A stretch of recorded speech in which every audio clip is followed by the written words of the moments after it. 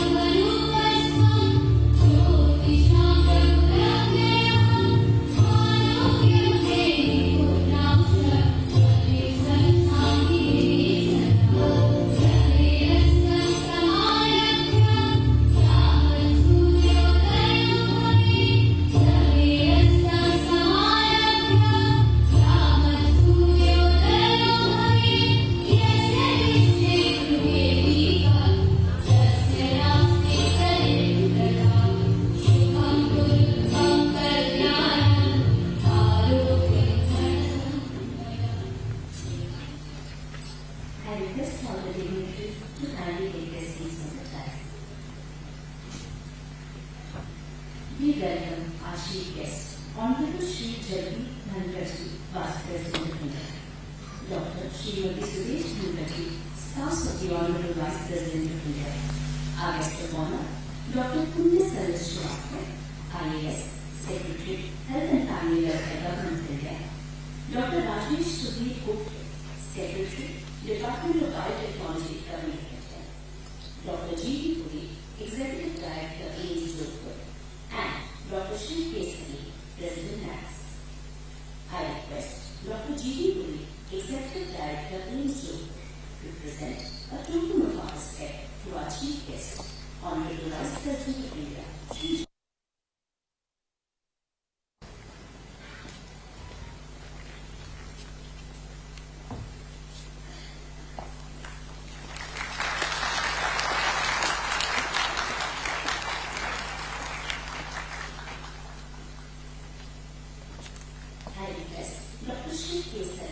President NACS, to felicitate spouse of the Honorable Vice President of India, Dr. Srimati Sudesh Dhankarji, with a memento as a token of our respect.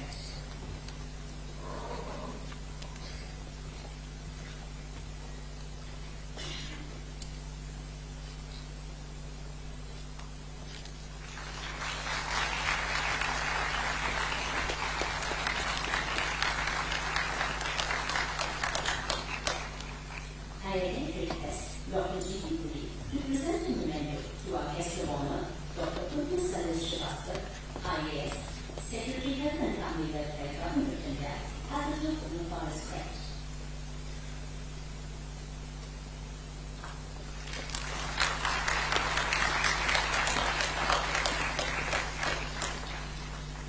I again request Dr. Shiv Kesari, President NACS, to present a memento to Dr. Rajesh Sudhir Gupta, Secretary, Department of Biotechnology, Government of India, as a token of our respect.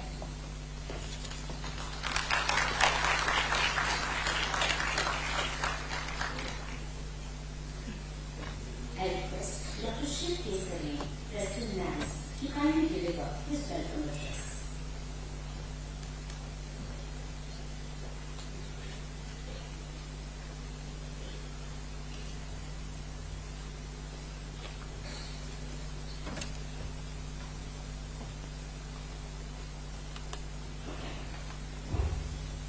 I thank the Almighty God, my late parents and my teachers to make me enabled to see this historic.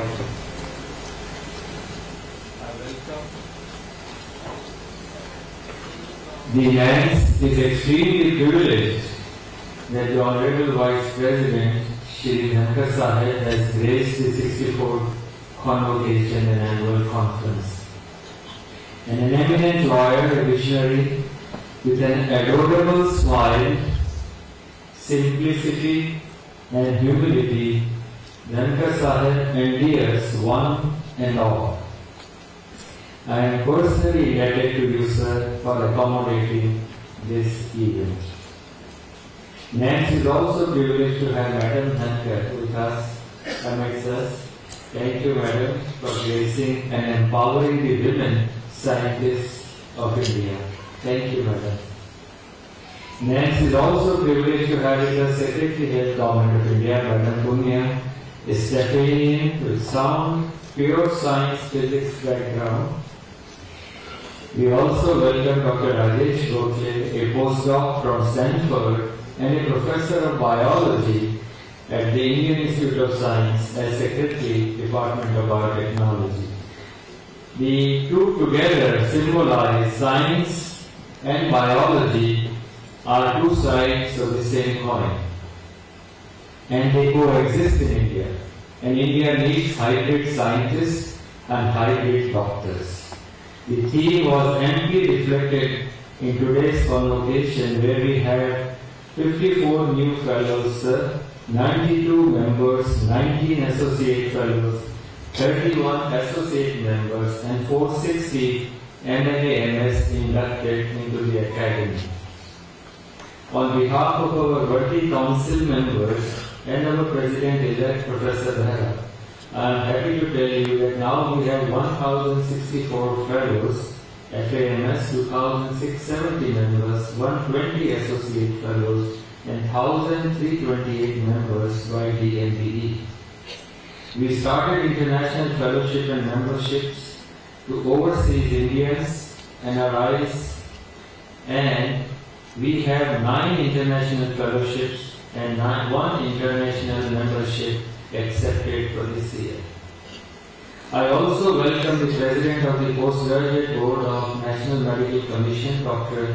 Vijay Ojha, who is here in the audience, President of the National Board of Examinations, Professor Seth, Directors of various All India Institutes of Medical Sciences, Principal Secretary Head Rajasthan, Madam Gayatri.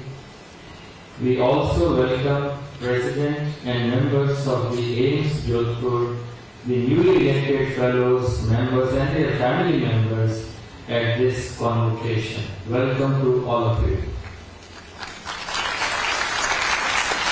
Sir, in 2022, when I was privileged to lead this council, we together with the council developed what we call as NANS Vision 2030. I will briefly narrate the major achievements of the Academy in the last 3 years. We prepared policy documents for policy makers. NANS constituted 28 task forces of eminent medical professionals to prepare policy documents to provide support to the Government of India for considering inclusion of important points in the policies of health. I do hope under Madam Punya they will continue to be accepted and given attention to. We started the CME programs for the country, and in 3 years we had 115 institutions to have high quality CME symposia workshops. We started a unique feature called National Virtual Postgraduate called Navigate Medico CME in 2023 January. This was to help people, postgraduates, to decide should I take up cardiology, neurology, which branch I can go, and how to prepare them for medical emergencies. And as of now, 41 sessions of this Navigate CME have been done. We also started with All India Institute of Medical Sciences, New Delhi, AIMS and NANS Navigate Medical CME. This was started in September 23 thanks to Dr. Srinivas, Director AIMS. for lending his shoulders. Many of the teachers who have participated in these CMEs have volunteered their time to become mentors, not teachers, mentors to hold hands of students to lead them. NAMS also joined hands with Association of Physicians of India to help them improve quality of primary and secondary care. Sir, we launched leadership development called LEAD workshops for the first time for directors, deans and heads of institutes. Because you become a director not but sometimes you are promoted, but you have no experience. So we developed this LEAD program and we have had 3 such leadership programs. We have trained 76 participants from All India institutes, medical colleges, institutes of national importance and many medical colleges. I encourage many of you fellows can also join the next LEAD program in beginning of 2025. Sir, looking at the change in learning methods, NAMS collaborated with International Institute of Information Technology, Hyderabad, IIIT, and started online certificate on AI and health for health professionals from September this year. Thanks to Professor Abhay Karandikar, Secretary DST, and Professor P.J. Narayan, Director IIIT, 142 medical doctors are now converted into AI professionals. Our next course will start in January 2025. You can enroll. Our midterm conference in April 24 at Bombay, organized by Dr. Ashok, also brought AI into the mainstream of medical curriculum. Biostatistics is needed by every MD, MS, DM, and CH student. And with more than 700 medical colleges, there is a paucity of biostatisticians. Sir, with the help of ICMR, a national biostatistics helpline was started, and I am very happy to say DG ICMR started this and we could continue this. To make physicians sharper, wiser, we have people with eminence called America's Professors.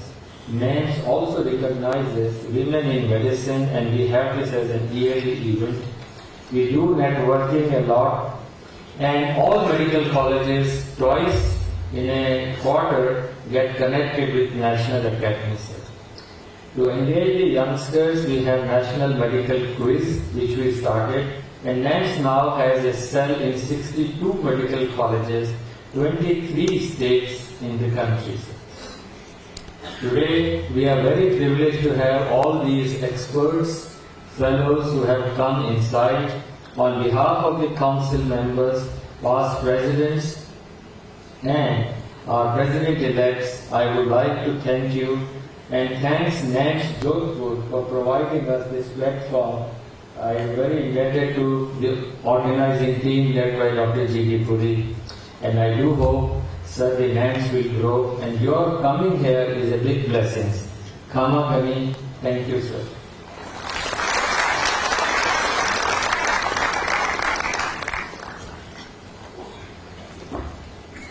Good evening.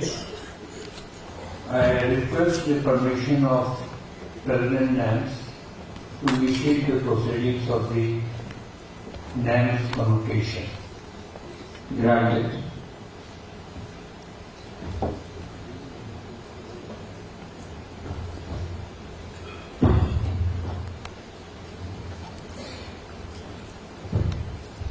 I invite our chief guest, Honorable Shri Jagmeet Dhankar Ji, Vice President of India, to address the gathering.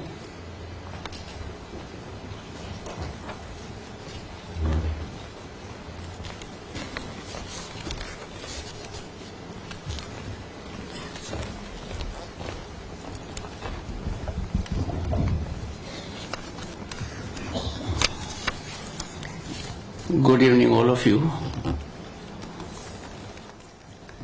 Dr. Shiv Sareen, President NAMS. I know him from before. A man who is very passionate about his mission and that is health. It was my good fortune to agree to the request of one-time colleague in the ministry in 1990, Shri Anil Shastri ji, that I confer on him a prestigious award, Lal Bahadur Shastri Award. We organized a function at Up Rashtrapati Niwas that was very well attended. I know many patients of Dr. Salim. Some are in Parliament. They are your great admirers. I therefore agreed to be at Jodhpur, the Sun City, and particularly at AIIMS, Jodhpur, for this occasion to interact and share my thoughts with professionals who matter hugely to society and humanity. The presence of Secretary Health and Family Welfare, Government of India, Dr. Punye Salila Srivastava, is indicative of the attention the government is paying to this very vital sector. Dr. Rajesh Sudhir Gokhale, Secretary, Department of Biotechnology, Government of India, also indicates a big change that has taken place. And that is that in governance, where experts are required, we must get away from the groove and get the best talent. He is one. Dr. G.D. Purian, sir, we are your guests. You have been profusely and rightly thanked for making it absolutely facilitating for all of us. Dr. Digambar Mehra, President-elect, and I'm sure he'll have next 3 years very challenging, and take this institution and its mission on incremental trajectory and pass on the baton to the next person for being in exponential mode.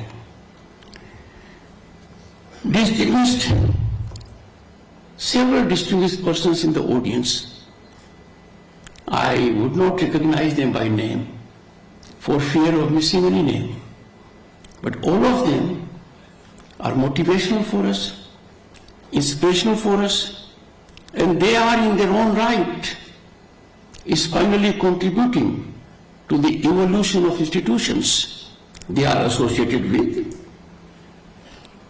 Distinguished fellows, members, associate members, and distinguished audience. For me, who is basically drawn from a professional field, the legal profession, it is an absolute honor to associate with the 64th convocation and NAMSCON 2024. And it has contemporaneously relevant theme, One Health, let us collaborate to take care of our health. I again express my deep sense of gratitude to Padma Bhushan Dr. Salim for making this opportunity available to me.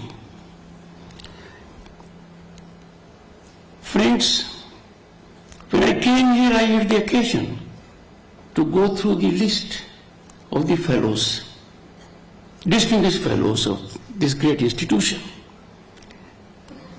It is indeed a befitting recognition to be a fellow of NAMS. And foremost in this category, we will find a distinguished scientist who adorned the high office of President of India, Dr. APJ Abdul Kalam. And from our own state, Rajasthan, we had many in the illustrious category. I would particularly make reference to Dr. K.C. Gangwal, Dr. S.R. Dharkar, Dr. Gautam Shiv Kumar Sharma, and Dr. Sheetal Raj Mehta. For the simple reason I had the occasion to know them personally and to get benefit out of their counsel. Distinguished audience, I seek to avail the opportunity to applaud Dr. Siddharth Dev Mano, an alumnus of Sainik School Chittorgarh, my alma mater, who donated his dead body to this institution for study and research. Friends, just a few months back at Jaipur, at an event organized by Jain social groups, Central Sansthan Jaipur and Daditi Deh Daan Samiti Delhi, I had indicated that organ donation is the highest moral exemplification of human nature and citizens should make conscious efforts towards it. Organ donation as a tool of exploitation of the vulnerable for commercial gain is despicable and slur on humanity. We need to promote organ donation. It gives life to those who lose hope of life. And therefore I thought it fit to recognize what has been done by Dr. Siddharth Dev Mano. To the newly inducted fellows, you stand amongst India's medical luminaries. This fellowship, based on through meticulous peer review, and peer review, friends, is the most difficult because it is objective. It is premised on their great experience. They would never want an inclusion of someone who is not really deserving. So, peer review acknowledges your outstanding contributions to biomedical sciences and medical education. Fellows, consider this not your destination, but a milestone in your journey of service to humanity. I am reminded on this occasion what has been often quoted. The only constant is the change. This emanates from a philosopher in pre-Socrates era, Heraclitus. He buttressed it by an example that the same person cannot enter the same river twice, because neither the person is the same, nor the river is the same. And therefore, any recognition or fellowship must spur you to keep on learning. Anyone who walks out of any institution must never carry an impression that that is end of learning. According to me, learning never stops.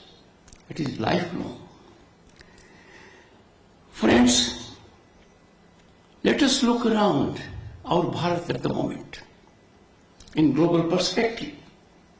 There has been exponential economic upsurge. My generation never dreamt of it, never conceived it, never thought it was possible. But we are having exponential economic upsurge and phenomenal infrastructure growth in last few years. This has made Bharat, who once was part of fragile 5 economies, as big 5 global economies, on way to becoming 3rd largest global economy, ahead of Japan and Germany in next year or two. And this has generated an atmosphere of hope and possibility in the country. Our aspirations have taken wings, and we have, in togetherness, chalked out a program that our Bharat will be a developed Bharat at 2047. But friends, this aspirational object, very ambitious, requires 8-fold increase in our per capita income. And this takes me to something which is of your interest. This is attainable only with our population being healthy and fit. One may be committed, sincere, earnest, gifted, devoted, but if that person is not physically healthy, rather than helping the society at large with his dedication and expertise, he would be seeking help. And therefore it is essential that everyone in the country remains healthy. And that is the only password to make our journey fructify into our destination, Bharat, a developed nation at 2047. Health is paramount and priority concern, as good health is not only necessary for individual, not for our pursuits, but for the good health of the society. That broadly is also your theme. Friends, having good health is directly related to your productivity, as I said. If you are not healthy, your productivity will not be optimal. As a matter of fact, it may nosedive. Rather than helping others, you might be seeking others' help. हमारे ऋषि मुनि कह गए, और बहुत सही बात कह गई, पहला सुख निरोगी काया. They put health as a priority in precedence to everything else. Health well-being is fundamental and quintessential to one's making contribution to society. Health, friends, is not just absence of illness, but a state of holistic well-being.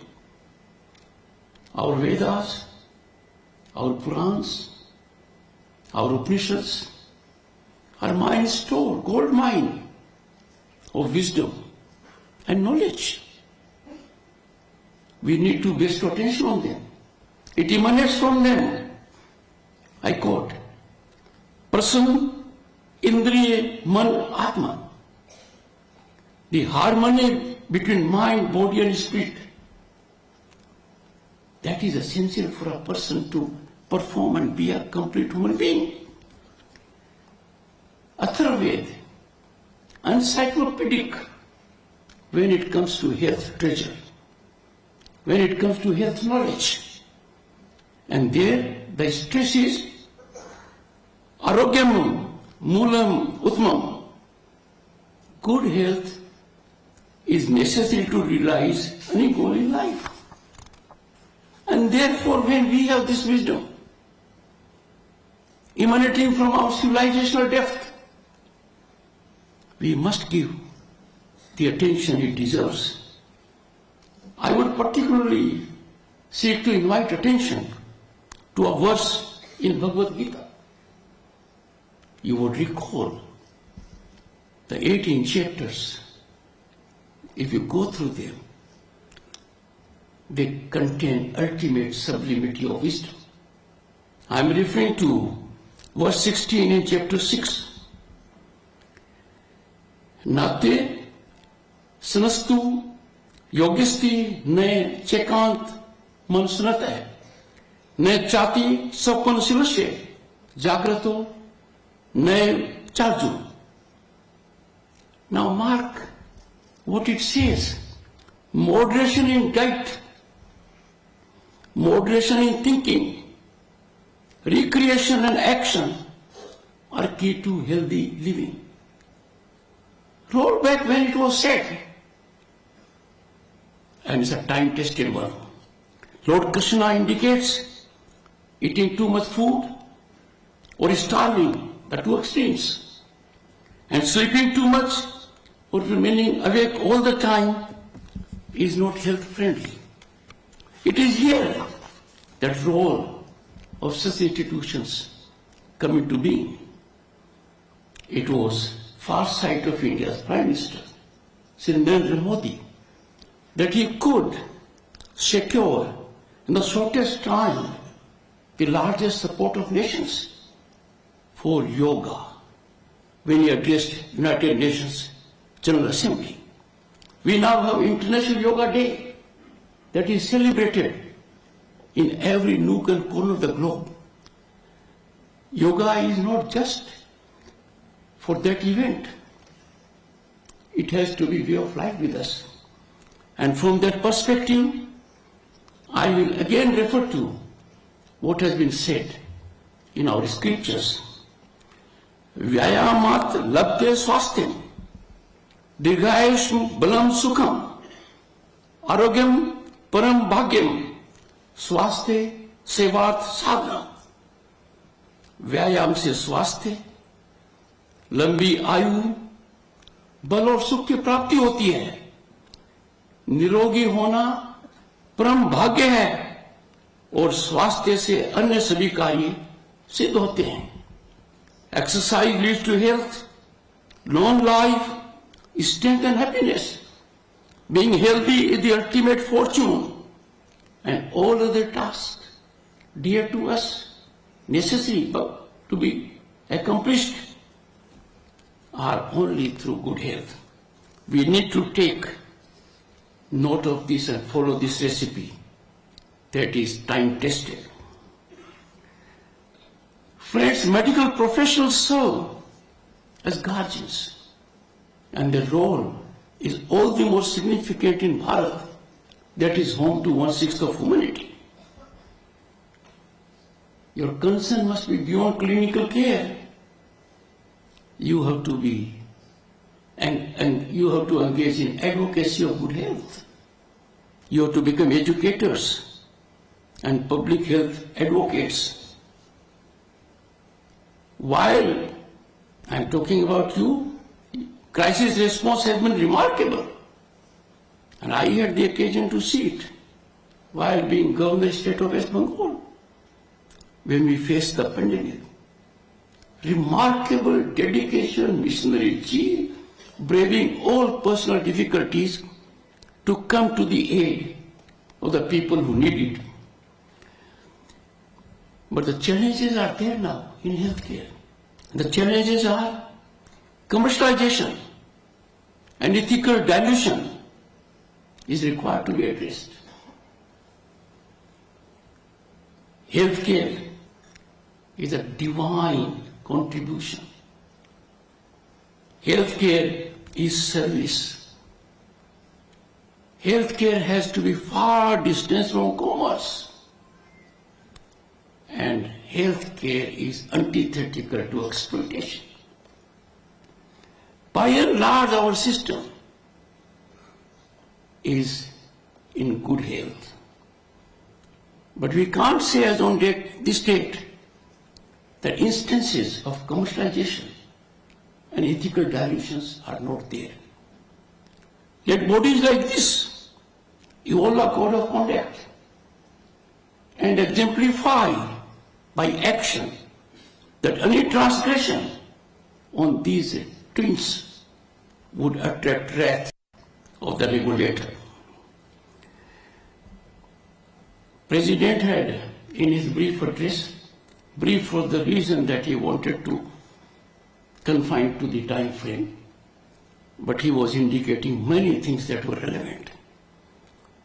NAM serves a great purpose. It deserves commendation for its vital contribution to India's healthcare planning. Their evidence-based guidance has significantly shaped national health policies, medical education reforms, and public health strategies. We all know, in a country like ours, policy planning is a very tough job. We need to have credible data. We need to have thought process. We need to get into a situation where experts supply their mind. This body has done something amazingly commendable. The input has come to me from several quarters. Congratulations to this body. Friends, strategic reforms and digital innovation have transformed India's healthcare landscape. But I would say there has been a paradigm shift now. We are witnessing another industrial revolution. Disruptive technologies have made inroads in every walk of life. Artificial intelligence, Internet of Things, data analytics, machine learning, blockchain and the kind. These have to find increasing employability in the system. And that can be done only when institutions like this are in overdrive mode. I was so happy to notice when the President was indicating how they are having convergence of thought process of leading institutions. That is required. We must never forget there was a time in ancient Bharat when we had institutions of eminence, Nalanda, Dakshina. People from all over the globe came to this country in search of knowledge, wisdom. In the process, we also gained, they also gained. Time has come when India is on the rise is unstoppable. We must ensure our institutions get into that eminence category at a global level. And that requires a change of mindset which actually has taken place by and large. There was a time we thought anything coming from the West,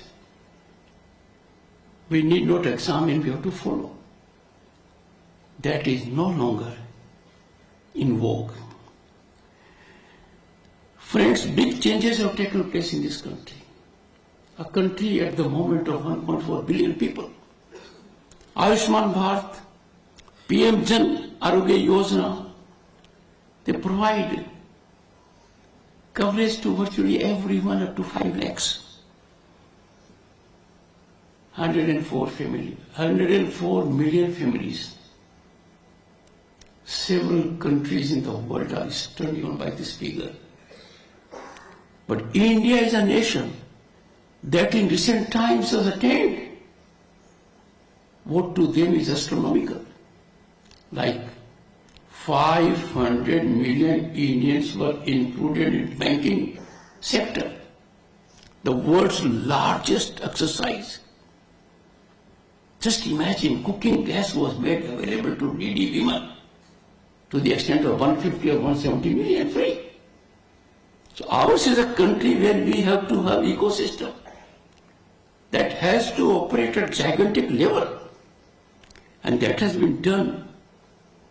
Our Arogya Mandirs are geometrically increasing. We are having more aims, medical colleges, number of seats for medical education, paramedical courses. One offshoot of Ayushman Bharat is that there has been much needed required growth paramedical services that has taken place. In this situation, India's healthcare progress shines through its remarkable achievements. We happen to be the only country in the world that COVID vaccine was given to 130 billion citizens. With indigenous COVID vaccines earning reputation as world's pharmacy. We have to the nations also.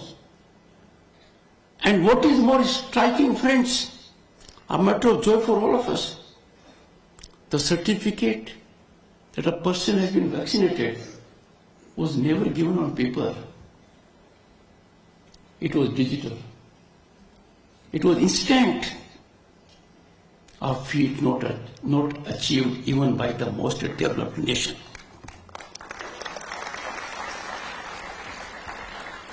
Now we are known as pharmacy of the world, but time has come for a different shift now.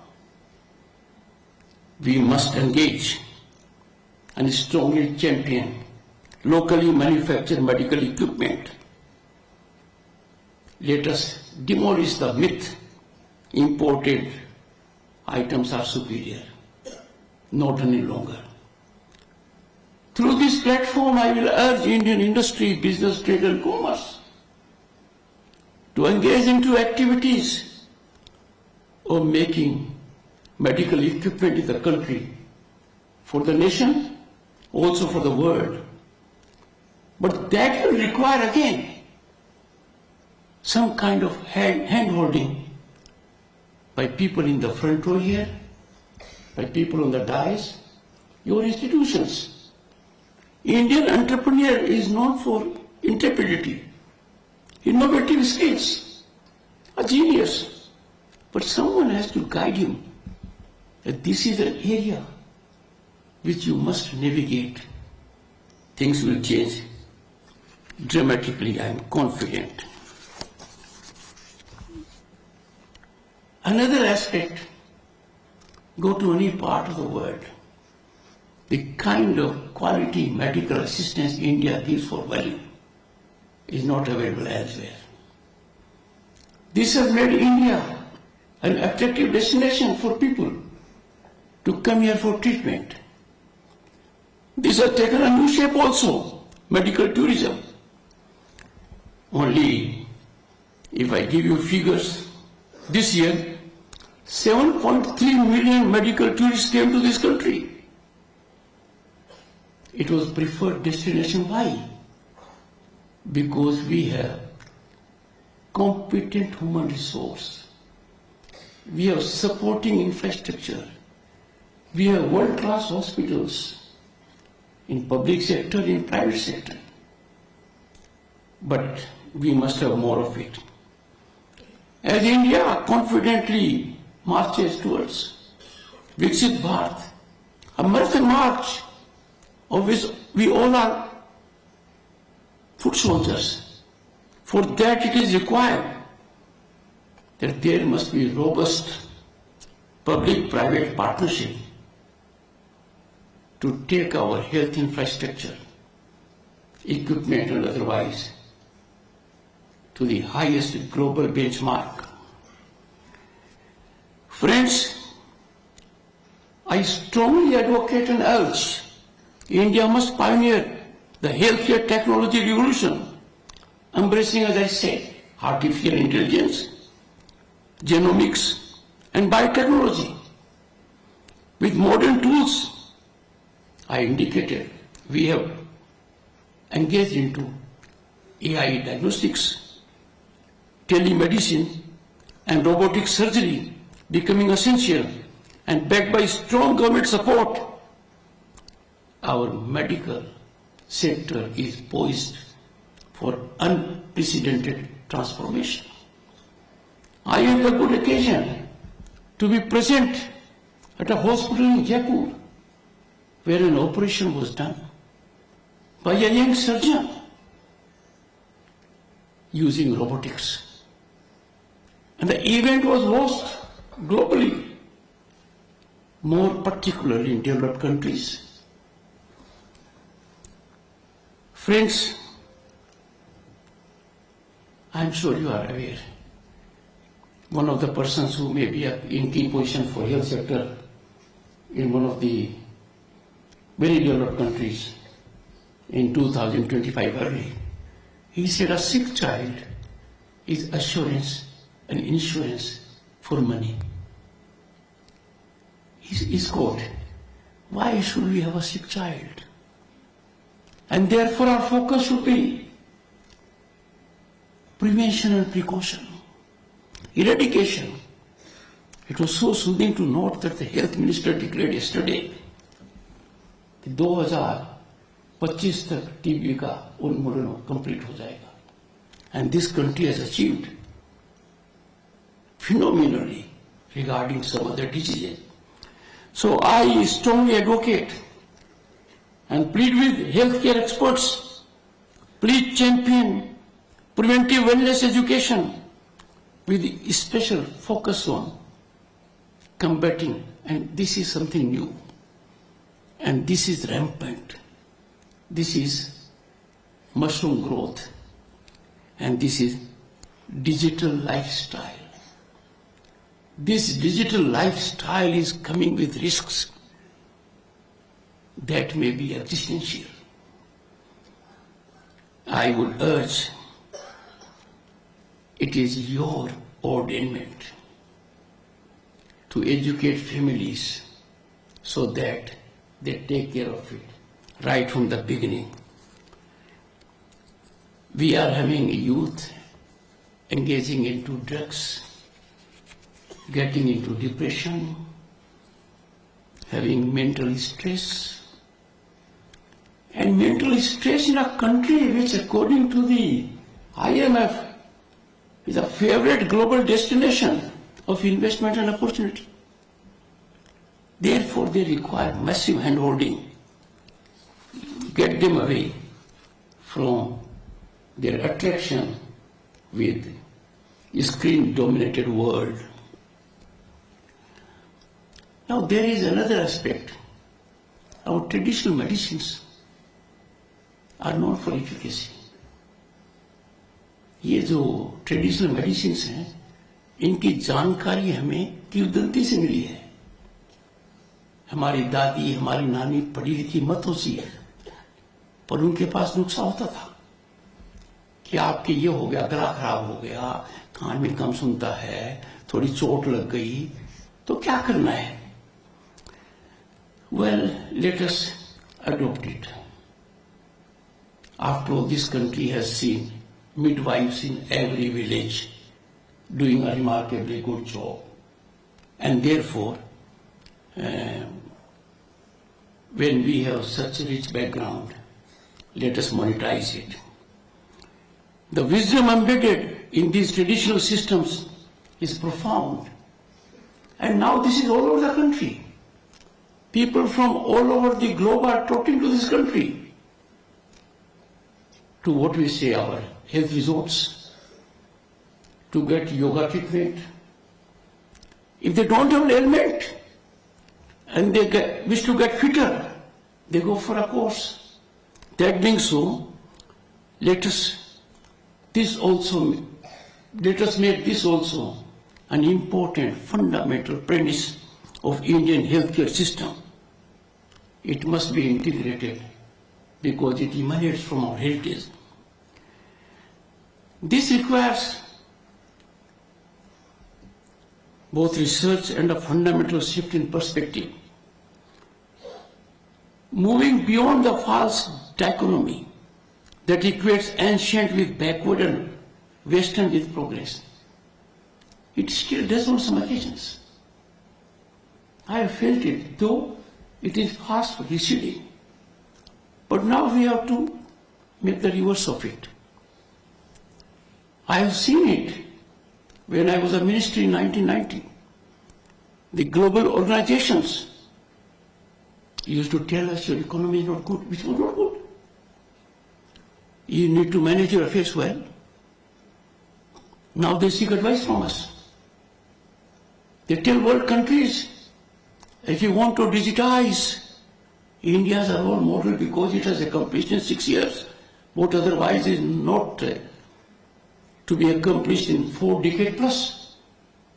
That the advice, that being the change.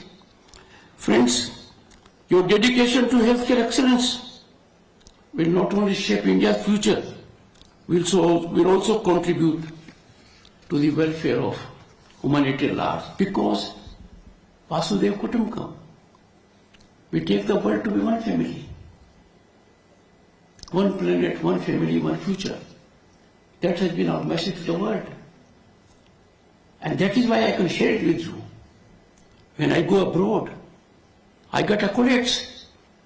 The Mr. Vice President, while your country was battling with COVID, we got vaccine from your country.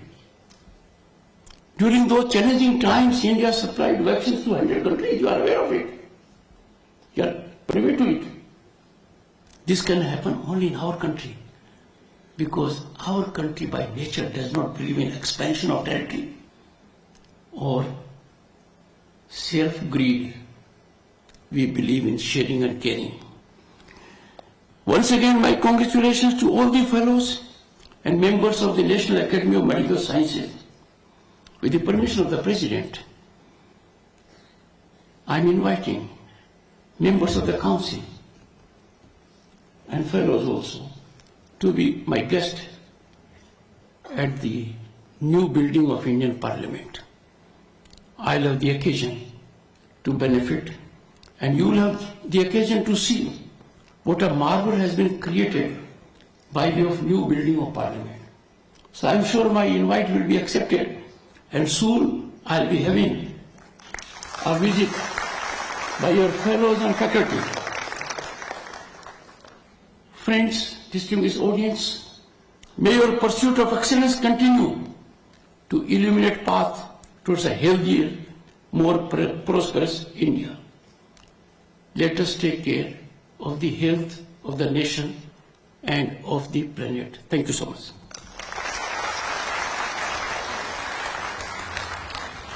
Distinguished invitees, guests, fellow members of the audience, please rise for the national anthem.